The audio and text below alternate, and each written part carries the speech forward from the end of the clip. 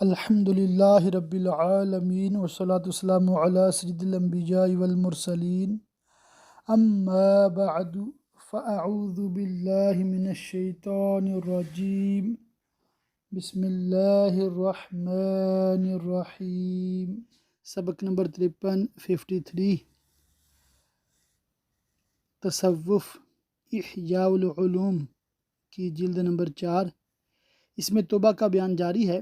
آج ہے دوسری فصل، دوام توبہ کے سلسلے میں لوگوں کی اقسام۔ یہاں سے انشاءاللہ تعالی آغاز کریں گے۔ انتہائی توجہ کے ساتھ سماعت فرمائیں اور خوب سمجھتے جائیں، نیز مین پوائنٹس اپنے پاس نوٹ کرتے جائیں تاکہ سبق سننے کے ساتھ ساتھ آپ کا خلاصہ بھی تیار ہو جائے، اور سبق سننے کے فوراً بعد مجھے اس کا خلاصہ 3-4 لائنوں میں لکھ کر یا 1-2 منٹ میں بول کر ضرور بتا دیا کریں۔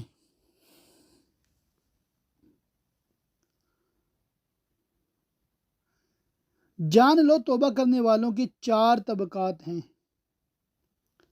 توبۃ النصوح اور نفس مطمئنہ۔ پہلا طبقہ یہ ہے کہ انسان گناہوں سے توبہ کرے اور آخر عمر تک اس پر قائم بھی رہے۔ ایسا شخص اپنی گزشتہ کوتاہیوں کا تدارک کر لیتا ہے اور اس کا نفس اسے گناہوں کی طرف لوٹنے کی دعوت نہیں دیتا۔ بتقاضۂ بشریت جن سے چھٹکارا ممکن نہیں، وہ لغزش سرزد ہو جاتی ہے کیونکہ وہ نبوت کے رتبہ پر فائز نہیں۔ اسی کو توبہ پر استقامت کہا جاتا ہے۔ ایسا شخص نیکیوں میں سبقت لے جاتا ہے اور برائیوں کو نیکیوں سے بدل جاتا ہے۔ اس توبہ کو توبۃ النصوح کہتے ہیں۔ گناہوں سے باز آ جانے والا یہ نفس مطمئنہ کہلاتا ہے، جو اپنے رب عز و جل کی طرف اس حال میں لوٹتا ہے کہ وہ اللہ سے اور اللہ اس سے راضی ہوتا ہے۔ یہی وہ لوگ ہیں جن کی طرف حضور اکرم شہنشاہ دو عالم صلی اللہ علیہ وآلہ وسلم نے اس ارشاد عالی سے اشارہ فرمایا: اللہ عز و جل کے ذکر کے شیدائی سبقت لے گئے اور ذکر الہی نے ان کے بوجھ اتار دیے، پس وہ قیامت کے دن ہلکے بوجھ سے آئیں گے۔ حدیث پاک میں اس بات کی طرف اشارہ کہ جو لوگ گناہوں کے بوجھ تلے دبے ہوئے تھے اور ذکر الہی نے ان سے یہ بوجھ اتار دیے۔ اس طبقہ کے لوگوں کے مراتب خواہشات کا مقابلہ کرنے کے اعتبار سے مختلف ہیں۔ کچھ کی خواہشات معرفت کے غلبہ کی وجہ سے دب جاتی ہیں تو نفس سے مقابلہ کرنا ان کے لیے آسان ہو جاتا ہے اور ان کے رائے سلوک میں بھی کوئی رکاوٹ نہیں ہوتی، اور بعض لوگ وہ ہیں جو ہر وقت نفس سے مقابلہ کرتے رہتے ہیں لیکن وہ نفس سے مجاہدے اور اسے مغلوب کرنے کی طاقت رکھتے ہیں۔ اللہ اللہ۔ اسی طرح مقابلہ کرنے والوں کے درجات میں کثرت و قلت اور مدت و نوعیت مختلف ہونے کے اعتبار سے بھی تفاوت ہے، یعنی کہ ہر انسان کے معاملات الگ الگ ہیں۔ سبحان اللہ۔ شرط اگرچہ بعید ہے لیکن بے حد مفید ہے۔ علماء کرام فرماتے ہیں گناہ گار نے جس گناہ کا ارتکاب کیا وہ اسی وقت معاف ہوتا ہے جب وہ شخص سچی شہوت کے ساتھ 10 مرتبہ اس گناہ پر قادر ہونے کے باوجود اس سے باز رہے۔ اللہ اللہ۔ اور محض خوف الہی کی وجہ سے شہوت کو توڑ دے۔ اگرچہ یہ شرط بعید از قیاس ہے لیکن بالفرض اگر اسے مان لیا جائے تو اس کا اثر کس قدر زیادہ ہوگا۔ اللہ اللہ۔ اس کا انکار نہیں کیا جا سکتا کہ ایک بندہ ہے، اس کو گناہ کی خواہش بھی ہے، موقع بھی ہے، پھر بھی گناہ نہیں کرتا۔ مطلب غربت بھی ہے اور پیسے بھی سامنے پڑے ہیں کسی کے، جیسے کسی دکان پہ کوئی ملازم کام کرتا ہے یا کسی کے گھر میں کوئی نوکرانی کام کرتی ہے، سامنے زیور نظر آ رہا ہے، سامنے پیسے نظر آ رہے ہیں، خواہش بھی ہے، ضرورت بھی ہے، پیسے بھی ہیں، پھر بھی نہیں اٹھاتے، اللہ سے ڈرتے ہیں، تو یہ کمال درجے کی توبہ ہے۔ یہ ہے توبۃ النصوح والے لوگ۔ ایک مثال کے ذریعے میں نے اس کو آپ کی بارگاہ میں پیش کیا ہے۔ نفس لوامہ کسے کہتے ہیں؟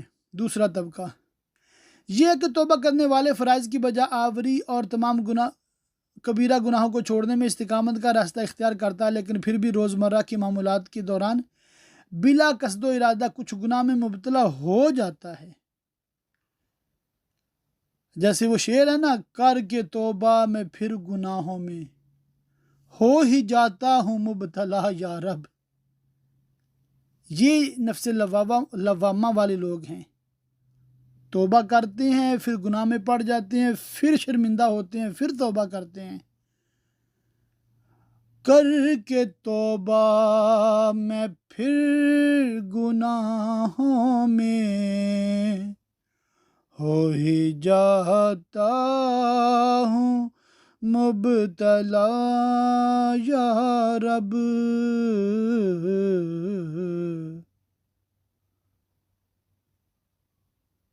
اللہ اللہ اللہ تعالیٰ ہمیں توبۃ النصوح کی توفیق بخشے، آمین۔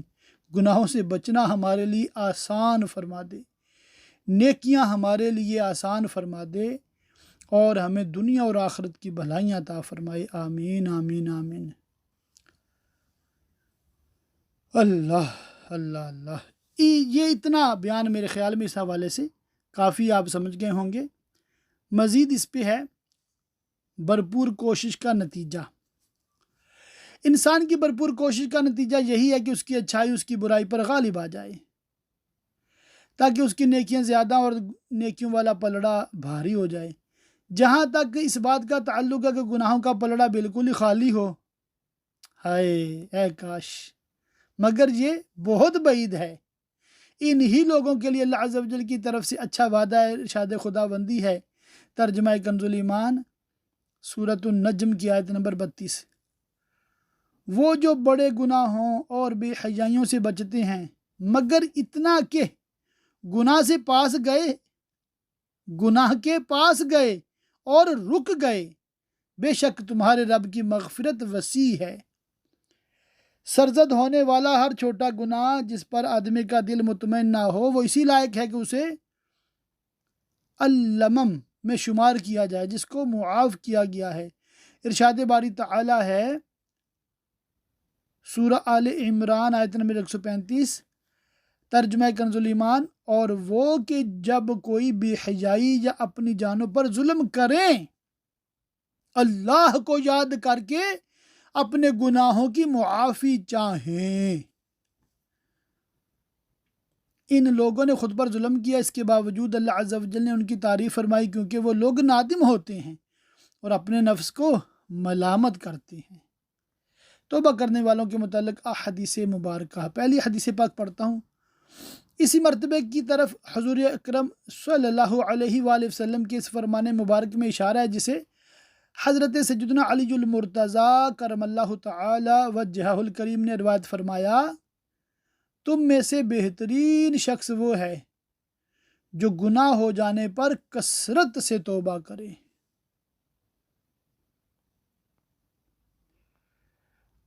باقی حدیث مبارکہ آپ خود دیکھ سکتے ہیں۔ ٹاپک امید ہے انشاءاللہ تعالیٰ آپ کو سمجھ آ گیا ہوگا۔ مین پوائنٹ یہ ہے کہ آپ اس بات کو سمجھیں۔ ہم نے پہلے نفس مطمئنہ کا سنا، پھر تھا نفس لوامہ، اب ہے نفس مسولہ، کسے کہتے ہیں؟ تیسرا طبقہ توبہ کرنے والوں کا ایک طبقہ وہ ہے جو توبہ کر کے ایک مدت تک اس پر قائم رہتے ہیں، مگر کچھ عرصہ بعد کسی گناہ میں ان پر شہوت غالب آ جاتی ہے اور وہ قصداً گناہ کا ارتکاب کر بیٹھتے ہیں، کیونکہ غلبہ شہوت کی وجہ سے وہ عاجز ہو جاتے ہیں، لیکن اس کے باوجود عبادات بجا لاتے ہیں اور قدرت اور خواہش کے باوجود دیگر گناہوں سے کنارہ کرتے ہیں، یعنی کہ اکا دکا گناہوں میں پھنسے رہتے ہیں۔ خواہش انہیں صرف ایک یا دو گناہوں میں مغلوب کرتی ہے۔ اللہ اللہ۔ اچھا، امام غزالی علیہ رحمہ کو پڑھتے پڑھتے نا ان کے مزاج سے تھوڑی مجھے واقفیت ہونے چلی ہے۔ اب بلیو کریں، یقین کریں، یہ بعد والا جملہ میں نے دیکھا تک نہیں تھا، میں نے اپنی طرف سے کہہ دیا بھی اکا دکا گناہوں میں پھنسے رہتے ہیں، اور آگے وہی جملہ نکل آیا۔ اللہ اللہ، اللہ تعالیٰ ہمیں علماء کا مزاج شناس بنائے۔ بہت پیاری بات کی تھی حکیم الامت مفتی احمد یار خان علیہ رحمت الرحمن نے مرآت المناجیح شرح مشکات المصابیح میں۔ وہ فرماتے تھے کہ میں نبی کریم صلی اللہ علیہ وآلہ وسلم کی احادیث مبارکہ کو بکثرت پڑھتا ہوں، اتنا پڑھتا ہوں کہ الحمدللہ مجھے نبی کریم صلی اللہ علیہ وآلہ وسلم کے مزاج سے کچھ واقفیت ہو چلی ہے۔ یہ مفہوم عرض کر رہا ہوں آپ کے فرمان کا۔ تو اسی طرح قرآن پاک کی تلاوت بکثرت کرتا ہوں تو اللہ تعالیٰ کے احکام کا پتہ چلتا ہے، اللہ تعالیٰ کی منشا کا پتہ چلتا ہے، تو یہ بالکل حقیقت ہے۔ اللہ اللہ۔ تو اللہ تعالیٰ ہمیں دین کا درست سمجھ اور فہم عطا فرمائے۔ دیکھیں یہ عالم کورس اردو کی برکت ہے اللہ کے فضل سے کہ آپ لوگوں کے ساتھ میں بھی ان کتابوں کو حرف بحرف تقریباً پڑھ رہا ہوں، دیکھ رہا ہوں، یا بعض کتابیں زیادہ تر حصہ پڑھ اور دیکھ رہا ہوں آپ کے ساتھ، تو بہت برکتیں اللہ کے فضل سے مل رہی ہیں۔ میں کئی چیزیں ایسی سمجھ رہا ہوں کہ میں پہلی دفعہ پڑھ رہا ہوں، بہت ساری چیزیں ایسی ہیں جو اللہ کے فضل سے پہلے سے پڑھی ہوئی ہیں مگر ان کی دہرائی ہو رہی ہے، تھوڑی پختگی آ رہی ہے مزید۔ اللہ تعالیٰ مزید ہمیں علم نافع عطا فرمائے۔ تو یہ ایسا نصاب ہے اور ہم ان علماء کو پڑھ رہے ہیں جو بالکل جیسے نا ان کی سنیت میں کوئی شک نہیں ہے، ان کی مطلب صحیح العقیدہ ہونے میں کوئی شک نہیں ہے، اور ان کے علم و فضل کو ایک زمانہ مانتا ہے، معترف ہے، کوئی شک نہیں ہے ان کے عقیدے اور نظریے میں۔ اور علماء کی بہت بڑی تعداد ان کے شاگردوں کے شاگرد ہیں۔ مثال حجت الاسلام امام محمد غزالی علیہ رحمۃ اللہ الوالی ہیں، پھر سیدی اعلیٰ حضرت ہیں، سید نعیم الدین مراد آبادی ہیں، مفتی امجد علی اعظمی ہیں، شریف الحق امجدی ہیں، اور علامہ ضیاء المصطفیٰ اعظمی ہیں۔ مطلب یہ ایسے ہمارے بزرگ ہیں اللہ کے فضل سے۔ تو ان کی کتابیں آپ کو پڑھائی جا رہی ہیں اور آپ سے عرض بھی کی جا رہی ہے بار بار، ان کی کتابوں میں جن کتابوں کے ریفرنس آتے ہیں ان کو بھی آپ دیکھا کریں، پھر ان کو پڑھنے کی بھی نیت کر لیں اپنے طور پہ انشاءاللہ تعالی۔ ویسے میری نیت ہے انشاءاللہ تعالی عالم کورس اردو جو مکمل کریں گے صرف ان کے لیے شرعی رہنمائی کورس، یہ آج نوٹ کر لیں۔ آج نہ چاہتے ہوئے کوئی پلان نہیں تھا اعلان کرنے کا، بس دل میں خیال آ رہا تھا تو عرض کر دیا آپ لوگوں کو۔ شرعی رہنمائی کورس، اس کو مفتی کورس کا نام دے کر مجھے علماء سے مارنا پڑوائیے گا، میں صرف اس کو شرعی رہنمائی کورس نام دے رہا ہوں، شاید یہ کبھی کسی نے استعمال نہ کیا ہو، اللہ کے فضل سے یہ بھی ہمارے حصے میں آیا ہے۔ تو اس میں یہ ہوگا کہ ہم نے لوگوں کی رہنمائی کیسے کرنی ہے، اور اس میں کیا پڑھاؤں گا، کتنا عرصہ پڑھاؤں گا، یہ بعد کی باتیں ہیں، اور یہ باتیں انشاءاللہ تعالیٰ صرف ان سے کروں گا جو اچھے طریقے سے عالمہ کورس مکمل کریں گے اللہ کے فضل سے انشاءاللہ تعالیٰ۔ اور مجھے امید ہے کہ وہی اسٹوڈنٹس میری بات کو بھی سن رہے ہوں گے، اس کے لیے فی الحال علیحدہ سے کوئی پوسٹر بنانے کی حاجت نہیں ہے، ابھی سال پڑا ہے انشاءاللہ تعالیٰ۔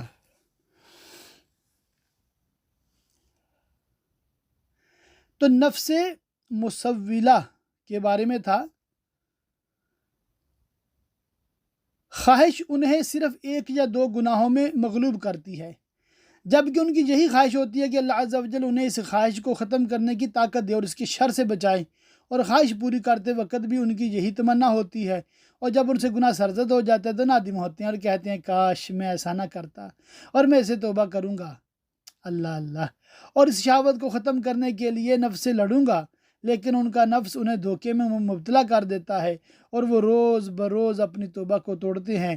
اس نفس کو نفس مسولہ کہا جاتا ہے، اور ایسا شخص ان لوگوں میں سے ہے جن کے بارے میں اللہ عز و جل نے فرمایا اور کچھ اور ہیں جو اپنے گناہوں کے مقر یعنی اقراری ہوئے اور ملایا ایک کام اچھا اور دوسرا برا،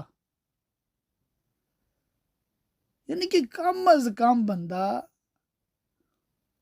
بندے کے پتر کی طرح گناہ کو گناہ تو سمجھے، اتنا بے باک نہ ہو جائے کہ گناہ کو گناہ ہی نہ سمجھے، غلطی ہوئی ہے اعتراف کرے بھی مجھ سے غلطی ہوئی ہے، یہ تیسرا درجہ ہے، اور کم از کم اتنا تو ہر مسلمان کو ہونا چاہیے۔ اللہ اللہ، انجام خطرے میں ہے۔ جو انسان عبادات پر ہمیشگی اختیار کرتا ہے اور جو برائی سے سرزد ہو اسے ناپسند کرتا ہے، اس کے بارے میں امید ہے کہ اللہ عز و جل اسے بخش دے گا، لیکن توبہ میں تاخیر ٹال مٹول کرنے کی وجہ سے اس کا انجام خطرے میں ہے۔ اللہ تعالی ہم سب کا خاتمہ بالخیر فرمائے، آمین آمین آمین۔ یہاں پر ایک آیت مبارکہ کا ترجمہ میں کر دیتا ہوں۔ اور جان کی اور اس کی جس نے اسے ٹھیک بنایا، پھر اس کی بدکاری اور اس کی پرہیزگاری دل میں ڈالی، بے شک مراد کو پہنچا جس نے اسے ستھرا کیا، اور نامراد ہوا جس نے اسے معصیت میں چھپایا۔ جب بندہ گناہ میں مبتلا ہو اور حال یہ ہو کہ گناہ نقد یعنی فوری کر لے اور توبہ ادھار کرے، تو یہ ذلت اور رسوائی کی علامات میں سے ہے۔ حضور نبی اکرم شاہ بنی آدم صلی اللہ علیہ وآلہ وسلم نے فرمایا، بندہ 70 سال جنتیوں والے اعمال کرتا ہے، حتیٰ کہ لوگ اسے جنتی کہنے لگتے ہیں، اور اس کی اور جنت کے درمیان صرف ایک بالشت، ایک گیٹ پنجابی میں کہتے ہیں، ایک بالشت کا فاصلہ رہ جاتا ہے۔ پھر اس پر تقدیر غالب آ جاتی ہے تو وہ جہنمیوں والے عمل کرتا ہے اور جہنم میں جا پڑتا ہے۔ جب معاملہ ایسا ہے پھر تو خاتمہ کا خوف توبہ پر مقدم ہونا چاہیے، اور ہر آنے والی سانس گزرنے والی سانس کے لیے خاتمہ ہے، کیونکہ ممکن ہے موت اسی سانس سے ملی ہوئی ہو، لہٰذا تمام سانسوں کی حفاظت کرنی چاہیے، ورنہ بندہ ممنوع کاموں میں جا پڑے گا اور ہمیشہ کی حسرت میں مبتلا ہو جائے گا، مگر اس وقت کی حسرت کچھ فائدہ نہ دے گی۔ نفس امارہ کسے کہتے ہیں؟ چوتھا طبقہ ہے توبہ کرنے والوں کا۔ ایک طبقہ ان لوگوں کا ہے جو توبہ کر کے کچھ مدت اس پر قائم رہتے ہیں، پھر گناہوں میں جا پڑتے ہیں اور وہ دوبارہ توبہ نہیں کرتے اور نہ ہی اپنے کیے پر افسوس کرتے ہیں، لیکن شہوات کی پیروی میں غافل انسان کی طرح منہمک ہو جاتے ہیں۔ یہ لوگ گناہوں پر اصرار کرنے والوں میں سے ہیں، اور یہ نفس امارہ کہلاتا ہے جو برائی کا حکم دینے اور بھلائی سے بھاگنے والا ہے۔ ایسے شخص کے برے خاتمے کا خوف ہے اور اس کا معاملہ خشیت الہی پر ہوتا ہے۔ اگر اس کا خاتمہ برائی پر ہو تو وہ بڑا ہی بدبخت ہے کہ جس کی بدبختی کی انتہا نہیں، اور اگر بھلائی پر خاتمہ ہو کہ اسے توحید پر موت آئے تو اس کے لیے جہنم سے چھٹکارے کی امید ہے، اگرچہ ایک عرصہ بعد۔ اور یہ بھی ممکن ہے کہ کسی پوشیدہ عمل کے سبب عام معافی اس کے شامل حال ہو جائے، جیسا کہ یہ محال نہیں کہ کوئی شخص خزانے کی تلاش میں کسی ویران جگہ جائے اور اتفاقاً اسے خزانہ مل جائے، اور اسی طرح یہ بھی محال نہیں کہ اللہ عز و جل کسی کو گھر بیٹھے بغیر سیکھے کئی علوم عطا فرما دے، جیسے کہ انبیاء کرام علیہ السلام کا معاملہ ہے۔ اللہ اللہ۔ عبادات کے ذریعے بخشش طلب کرنے کی مثال محنت اور تکرار کے ذریعے علم اور تجارت و سفر کے ذریعے مال حاصل کرنے کی طرح ہے، جبکہ برے اعمال کے باوجود محض امید پر مغفرت طلب کرنا ویران جگہ خزانہ تلاش کرنے اور فرشتوں کے ذریعے علم حاصل کرنے کی طرح ہے، اور محنت کے بعد علم کا حاصل ہو جانا، تجارت کے ذریعے مالدار ہو جانا، نماز و روزے کی پابندی سے بخشش ہو جانا غنیمت ہے۔ علماء کے علاوہ تمام لوگ محروم ہیں، بلکہ باعمل علماء کے علاوہ تمام علماء بھی محروم ہیں، بلکہ اخلاص کے ساتھ عمل کرنے والوں کے علاوہ تمام عمل والے بھی محروم ہیں، اور مخلص لوگ بھی بہت بڑے خطرے میں ہیں۔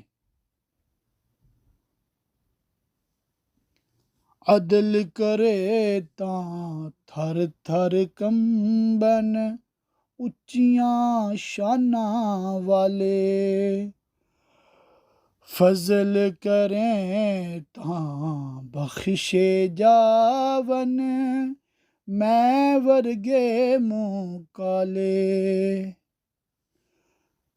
اللہ اللہ۔ اللہ تعالیٰ فضل والا معاملہ فرمائے۔ عدل والا معاملہ جب ہوگا تو بڑے بڑے کانپیں گے، بڑے بڑے کانپیں گے، اور فضل والا معاملہ ہوا تو بڑے بڑے گناہ گار بخشے جائیں گے، بڑے بڑے گناہ گار بخشے جائیں گے۔ عمل بھی ضروری ہے، بے شک عمل کرنا چاہیے، عمل کرنا چاہیے۔ توبہ کے بعد گناہ سرزد ہو تو کیا کیا جائے؟ بہت بہت پیارا پوائنٹ ہے۔ فصل بھی تیسری شروع ہو گئی ہے۔ جان لو توبہ کے بعد جس شخص سے گناہ سرزد ہو جائے اس کے لیے ضروری ہے کہ توبہ کرے اور نادم ہو، نیز اس گناہ کے کفارے میں اس کی مخالف نیکی کرنے میں مشغول ہو جائے، جیسا کہ ہم اس کا طریقہ ذکر کر چکے۔ اگر غلبہ شہوت کی وجہ سے اس کا نفس ترک گناہ کے ارادے پر اس کا ساتھ نہ دے تو وہ دو واجب باتوں میں سے ایک سے عاجز آ گیا، لیکن اسے دوسرے واجب کو ترک نہیں کرنا چاہیے، اور وہ یہ ہے کہ برائی کے مقابل نیکیاں بڑھائے تاکہ اسے گناہ مٹا دیا جائے۔ یہ شخص ان لوگوں میں سے ہوگا جو اچھے اور برے دونوں اعمال کرتے ہیں۔ مختلف اعضاء کی نیکیاں، جہاں تک نیکیوں کا تعلق ہے جو گناہ کا کفارہ بنتی ہیں تو ان کا تعلق دل سے ہوتا ہے، یا زبان سے یا دیگر اعضاء سے۔ جس عضو سے گناہ سرزد ہو یا گناہ کے اسباب مہیا ہوں اسی سے نیکی کی جائے۔ مثلا دل کی نیکی کی مثال پڑھ لیتے ہیں۔ اگر گناہ دل سے ہو تو اس کا کفارہ یہ ہے کہ گڑ گڑاتے ہوئے اللہ کی بارگاہ میں مغفرت و معافی کا سوال کرے اور بھاگے ہوئے غلام کی طرح ذلت کا اظہار کرے، حتیٰ کہ سب لوگوں پر اس کی ذلت و عاجز ظاہر ہو جائے، اور یہ اس وقت ہوگا کہ لوگوں کے درمیان تکبر نہ کرے، کیونکہ بھاگنے والا گناہ گار غلام کو حق نہیں پہنچتا کہ دوسرے غلاموں پر بڑائی کا اظہار کرے۔ اسی طرح دل میں عبادت اور مسلمانوں پر خیرات کا عزم و ارادہ کرے۔ زبان کی نیکی، گناہ کا تعلق اگر زبان سے ہو تو اس کا کفارہ ہے کہ ظلم کا اعتراف کرے اور یوں استغفار کرے، اے میرے رب عز و جل، میں نے اپنی جان پر ظلم کیا اور برا عمل کیا، اے مولا میرے گناہ بخش دے۔ رب انی ظلمت نفسی وعملت سوءا فاغفر لی ذنوبی۔ اللہ اللہ، بخش دے بخشے ہوں کا صدقہ، یا اللہ میری جھولی بھر دے، یا اللہ میری جھولی بھر دے۔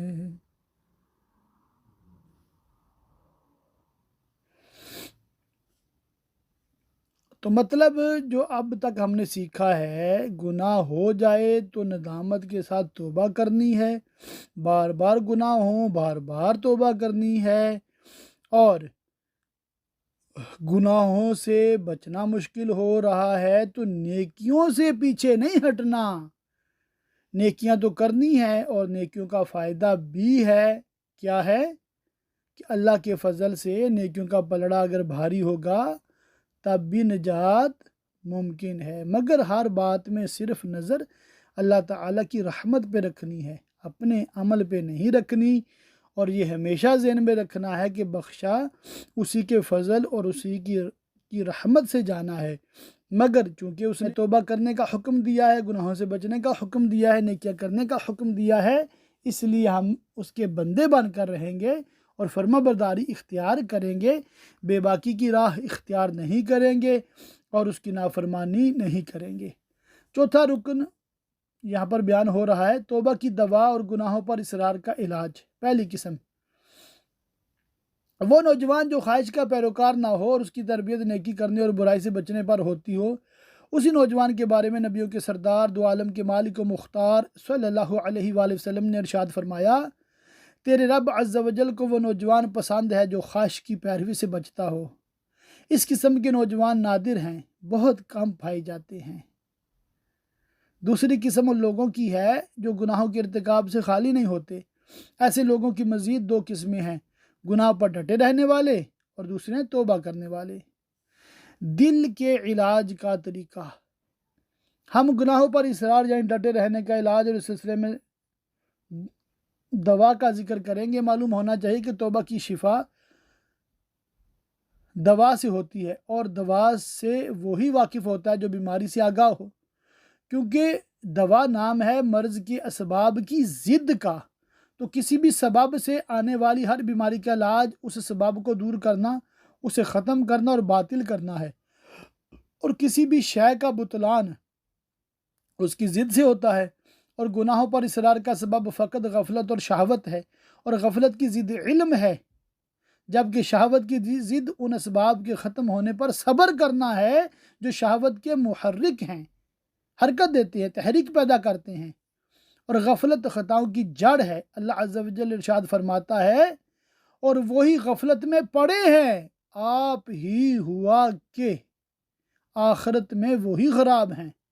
معلوم ہوا کہ توبہ کی دوا ایک ایسا معجون ہے جو علم کی مٹھاس اور صبر کی کڑواہٹ سے مرکب ہو، جس طرح سکنجبین شکر کی مٹھاس اور سرکے کی ترشی سے مل کر بنتی ہے، پنجابی میں شکنجوی کہتے ہیں، اور سرکہ اور شکر کا یہ مجموعہ صفرا کی اسباب کے خاتمہ کا باعث ہے۔ تو جو شخص گناہوں پر اصرار کی بیماری میں مبتلا ہو، اسے چاہیے کہ دل کے علاج کا طریقہ سمجھ لے۔ چنانچہ اس دوا کی اصل دو چیزیں ہیں، علم اور صبر۔ گناہوں پر اصرار کے خاتمے کے لیے ہر علم نفع بخش ہے یا اس کے لیے کوئی خاص علم ہے؟ جواب: تمام علوم دل کے امراض کے علاج کے لیے دوا کی حیثیت رکھتے ہیں، لیکن ہر مرض کے لیے ایک مخصوص علم ہے۔ جیسا کہ علم طب تمام امراض کے علاج کے لیے نفع بخش ہے، لیکن ہر بیماری ایک مخصوص علم کے ساتھ خاص ہے، یہی معاملہ گناہوں پر اصرار کی دوا کا ہے۔ ہم جسمانی امراض کی مثالیں دے کر اس خاص علم کا ذکر کرتے ہیں تاکہ سمجھنا آسان ہو۔ بیمار کے لیے 4 ضروری باتیں۔ ہم کہتے ہیں کہ بیمار بہت سی باتوں کی تصدیق کا محتاج ہوتا ہے۔ پہلی بات، سب سے پہلے تو بیمار اس بات کی تصدیق کرے کہ بیماری اور صحت کے اسباب ہیں جن تک رسائی اختیار سے حاصل ہوتی ہے، جیسا کہ مسبب الاسباب نے ان کو مرتب فرمایا ہے۔ یہ اصل طب پر یقین کرنا ہے، کیونکہ جو آدمی طب پر یقین نہیں رکھتا وہ علاج میں مشغول نہیں ہو سکتا، اور اس کا ہلاک ہونا یقینی ہوتا ہے۔ جس بارے میں ہم بحث کر رہے ہیں اس کی مثال یہ ہے کہ اصل شریعت پر ایمان رکھنا، اور وہ یہ ہے کہ اخروی سعادت کا ایک سبب ہے جو کہ عبادت ہے، اور بدبختی کا بھی ایک سبب ہے جو گناہ ہے۔ یہی اصل شریعت پر ایمان لانا اور اس کا حصول ضروری ہے، چاہے تحقیق کے ساتھ ہو یا تقلید کے ذریعے، اور جو دونوں باتیں ایمان سے ہیں۔ دوسری بات، یہ بھی ضروری ہے کہ مریض کسی معین طبیب پر یقین رکھتا ہو کہ وہ طب کا خوب جاننے والا اور ماہر ہے، جو کچھ بتاتا ہے سچ کہتا ہے، دھوکے اور جھوٹ سے کام نہیں لیتا، کیونکہ جب تک مریض کو طبیب یعنی ڈاکٹر کی مہارت کا یقین نہ ہوگا تو خالی طب پر یقین رکھنا سود مند نہ ہوگا۔ ہمارے موضوع کے مطابق اس کی مثال یہ ہے کہ بندہ رسول اللہ صلی اللہ علیہ وآلہ وسلم کے سچا ہونے کا یقین اور ایمان رکھتا ہو، اور آپ صلی اللہ علیہ وآلہ وسلم جو بھی فرماتے ہیں وہ حق اور سچ ہے، اس میں جھوٹ اور خلاف واقع بات نہیں، بے شک نہیں۔ تیسری بات، مریض کے لیے ضروری ہے کہ طبیب کی بات پر خوب دھیان دے تاکہ اس کے منع کردہ پھلوں کے کھانے سے رک سکے، اور تمام تر مضر اسباب سے ڈرے تاکہ بدپرہیزی کے نقصان کا خوف اس پر غالب آ جائے۔ اس طرح خوف کی شدت اسے پرہیزی پر ابھارے گی۔ دینی امور میں اس کی مثال یہ ہے کہ جو آیات اور حدیث مبارکہ تقوی کی ترغیب دلاتی ہیں اور گناہوں کے ارتکاب نیز خواہشات کی اتباع سے روکتی ہیں، ان پر خوب دھیان دے۔ مزید جو کچھ اس سلسلے میں سنے بغیر شک و تردد کے اس کی تصدیق کرے، حتیٰ کہ اس سے ایسا خوف پیدا ہو جو صبر کو تقویت دے، جو کہ علاج کے سلسلے میں ایک رکن ہے۔ چوتھی بات، مریض کو چاہیے کہ طبیب کی اس بات کو غور سے سنے جو اس کی مرض کے ساتھ خاص ہے اور جن سے اسے پرہیز کرنا ضروری ہے، تاکہ اولاً وہ ان افعال و احوال اور کھانے پینے کی اشیاء کی تفصیل جان جائے جو اس کے لیے نقصان دہ ہیں، کیونکہ ہر مریض کو ہر چیز سے پرہیز لازم نہیں، اور نہ ہی ہر دوا ہر مریض کو فائدہ دیتی ہے، بلکہ ہر بیماری کا ایک خاص علم اور خاص علاج ہے۔ دین کے اعتبار سے اس کی مثال یہ کہ ہر انسان ہر خواہش اور ہر گناہ میں مبتلا نہیں ہوتا، بے شک نہیں ہوتا، بلکہ ہر مومن ایک یا چند مخصوص گناہوں میں گرفتار ہوتا ہے۔ تو ابتداءً بندے کو یہ ضرور معلوم ہونا چاہیے کہ یہ گناہ ہے، اس کے بعد اس گناہ کی آفات اور نقصان کی مقدار کو جاننا چاہیے، پھر اسے یہ جاننا چاہیے کہ اسے بچنے کا کیا ذریعہ ہے، اور پھر اس بات کو جاننا چاہیے کہ جو گناہ اسے سرزد ہو چکا اس کا کفارہ کیسے ادا ہوگا۔ یہ علوم دینی طبیبوں کے ساتھ خاص ہیں، اور وہ علماء ہیں جو انبیاء کرام علیہ السلام کے وارث ہیں۔ علماء اور حکمرانوں کی ذمہ داری ہے۔ یہ ٹاپک انشاءاللہ تعالی ہم اگلے سبق میں پڑھیں گے۔ یہیں پر آج کے سبق کو ہم مکمل کرتے ہیں۔ اللہ تعالیٰ کی پاک بارگاہ میں دعا ہے اللہ پاک ہمیں گناہوں سے بچنے کی توفیق دے، دنیا اور آخرت کی بھلائیاں عطا فرمائے۔ آمین بجاہ النبی الامین وصلی اللہ تعالی علیہ وآلہ وصحبہ وبارک وسلم۔